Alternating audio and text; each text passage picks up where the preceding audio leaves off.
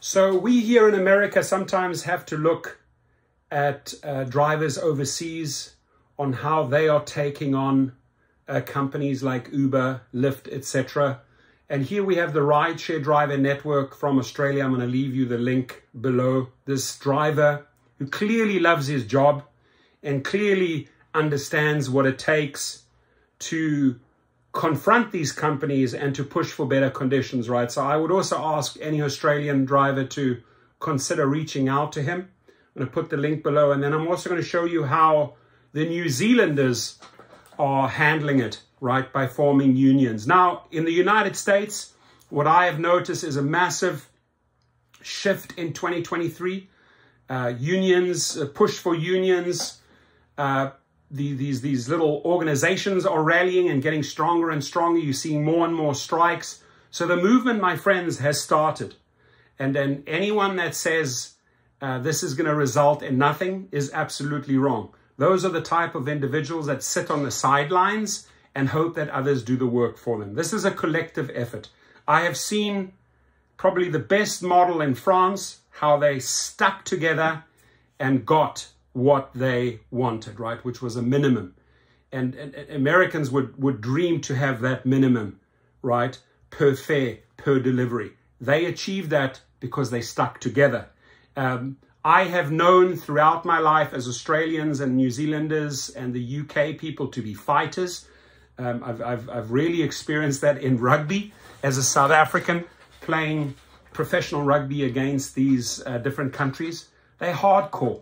They're hardcore. They don't take any shit, ladies and gentlemen. That's the same approach we have to have here in the United States. We can't have a couple of desperados just going out there working for nothing, for peanuts, right? They bring the standards down, they lower the bar, and they don't really care. It's just like go out and do your work, and then they quickly find out that they haven't made much money, and they're confronted with all of these maintenance and crazy costs down the road, right? You have to start thinking like a businessman. You have to start using your collective bargaining power, your collective power, because you are the driver. And just as he correctly says, and I'm going to play his video, right? We have the power, not Dara Khosrowshahi sitting up in his ivory tower. What's up, guys and girls? My name's Shane. Hi, Shane. I'm a driver. I've been a rideshare driver for over 5.5 years now, and I'm currently the Vice President of Rideshare Driver Network. A lot of people might have recently seen that Uber are making changes to their systems that are making things harder for drivers, that are making things worse for drivers, and it seems like there's nothing we can do. Well, there is something we can do. Correct. Every business, regardless of how large it is, relies on its workers. Uber isn't run by Dara in his ivory tower. He doesn't do the driving, we do. And without us, all of the different businesses, Uber, Ola, Didi, they have absolutely nothing. They have no service. So the only real way to balance the scales of power is for drivers to stand together. Rideshare Driver Network, RDN, was formed in a couple of different states, a couple of different ways, when drivers basically came together to help other drivers. In Victoria, a driver was seriously assaulted and many people came together to try and help that driver out. In Queensland, we've had a number of different challenges over the years, and again, like-minded drivers have been banding together for a while to try and work out how we can make things better. Well, there are big changes coming this year, and as you are no doubt aware, there's federal law changes, there's all sorts of things going on in the background. Rideshare Driver Network has been suing Uber in the Supreme Court because they're basically underpaying us, they control everything we do, but don't want to pay us that way. So at the end of the day, we need rights and protections. We all love what we do, we love rideshare, we love doing the work. We just hate the way the companies treat us all. Thank you. I'm asking you to consider joining Rideshare Driver Network. We are currently the largest independent association of rideshare drivers in Australia, and we will only get stronger the more members we have. we have our AGM coming up. All of the board positions and committee positions will be open. If you'd like to help, if you think you've got some skills, if you've got any accounting skills and you want to be our treasurer, if you are organised and like to be our secretary, even if you think you could do the best job as the president, all of the positions will be available at our AGM. But of course, they are only available to our members and to those who have nominated for the positions before the meeting, which is next week. So realistically, what we need is for as many drivers as possible to join us, to stand together, to fight for what is right for rideshare drivers. And we are just drivers ourselves. We are pushing for what is going to be good for all drivers. I'm not in it for myself. It's a way for me to give back to the driver community and to try and help other drivers, and that's what the main reason I do it, and the reason I volunteer many hours a week, and many other drivers have done the same thing. We put in the time, we put in the effort, we've been helping other drivers, whether their account's been deactivated, whether they're having an issue of some sort, whether it's just sharing information over social media. You know, we work together to try and provide the right information, to try and help drivers to really get this job done. So please, RDN, we set our membership low so that everyone can afford it. It's less than $2 a week, really. And the sign up is easy. You just go to the website, rdn.org.au, get yourself a free account, and then just simply sign up for a membership. You can set it so that it automatically renews after 12 months as well. Easy as that.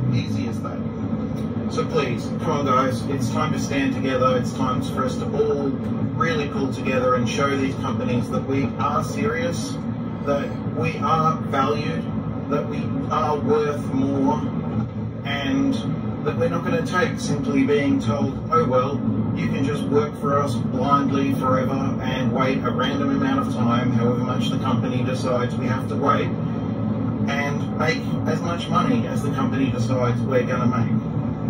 It's not fair. They decide all the rules, they set all the prices, they control us. Let's stand together and show them how it's done. Thank you. Appreciate that. Great work. Now, at the same time, very close by, New Zealand, Uber drivers begin collective bargaining for the first time. And I want to say to that gentleman, you know, you have open positions, right, for accountants in Australia, for even if you want to apply as the president of that network, right? Always know that you have a voice over here in California that will amplify any of your stories, right? So social media, sign me up in Australia, right? I will volunteer my time and my videos and my channel to support Australian drivers, because like this gentleman said, what they are pushing for is bigger than Australia. It's for all drivers. And we have to have that mentality as a massive family of gig workers, that it's not just in our state or city or state. It goes beyond. Whatever we do, however we stand together, however we pool our energy, our fight, our muscle, our clout, it helps everyone. So I want to let you know that you have my support. If there's something that needs to be pushed out, you know who to turn to. And I have a big following in Australia and New Zealand, because I do realize, like this gentleman, rideshare and food delivery is not just a US based thing, right? May have started here in San Francisco, Uber and Lyft, but it's way bigger than that, right? We gotta stand strong with our brothers and sisters and fight for better conditions, for better pay, for better safety. And I appreciate what you are doing in Australia, right? You need more people like you to stand up, city by city, to rise up, you know, to push the press releases out, to organize the protests, the strikes, the boycotts, etc., to turn to the media, to make the videos, to use social media. That collective power, my friends, will win it for us ultimately in 2023. So New Zealand Uber drivers begin collective bargaining for the first time. This is now also, and I'm going to put that in a separate video right after this, is also happening here in the United States. There was a big get-together, sorry, tongue twister, in Massachusetts of these people, drivers pushing for a union. I'm going to make a video on that because they deserve that. Uber drivers in New Zealand will be pushing for better pay and working conditions through their first ever collective agreement with the company. Amen. Right? And they didn't just get that. They had to fight, right, for that collective agreement and bargaining power. Earlier this week, National Trade Union, First Union, initiated collective bargaining with Uber according to New Zealand employment law. If a party receives a notice to initiate bargaining, they are required to enter. A period of preparation on both sides will ensue before the parties come to the table to negotiate, right? They can do it. Why can't we do it? The UK could do it. Why can't we do it? If France could do it, why can't we do it? If Australia is doing it, why can't we do it? Ladies and gentlemen, I'm speaking to you directly here in the United States, right? If you want to be fractured, if you want to be divided, if you think that this is not for you, right? If you think that strikes and media don't work, right? Carry on your own journey, but never come back and ask for help, right? Don't come and ask for help when you need it. For example, with a deactivation, right? If you are willing to put the time and the energy into the fight to make this work, right, other people will reciprocate. But if it's just a selfish attitude, like, I don't care, and F-U-C-K, go ahead, do whatever you want, doesn't affect me as long as I make my couple of dollars, that's okay. That's you. But you can never call upon the troops for the help, you know, when you need it one day. The initiation of collective bargaining represents the first Uber would have to work constructively with drivers to reach an agreement on pay and conditions since the ride-hail company arrived in New Zealand in 2014. More than 500 drivers joined the union after the country's employment court last year ruled that 4 Uber drivers were employees, not contractors. And Anita Rosentreter, strategic project coordinator for First Union, said more are joining every day. The landmark court case granted those workers rights and protections, including minimum wage, guaranteed hours, sick leave, holiday pay, KiwiSaver, superannuation contributions, the right to challenge an unfair dismissal, right? Unfair dismissal, wrongful deactivations, we call it in the United States, every single day, right? We fight hundreds of those each month at gigrocket.com, right? But there's nothing there. There's not a body there at Uber or Lyft or any of these companies that says, okay, let's review this.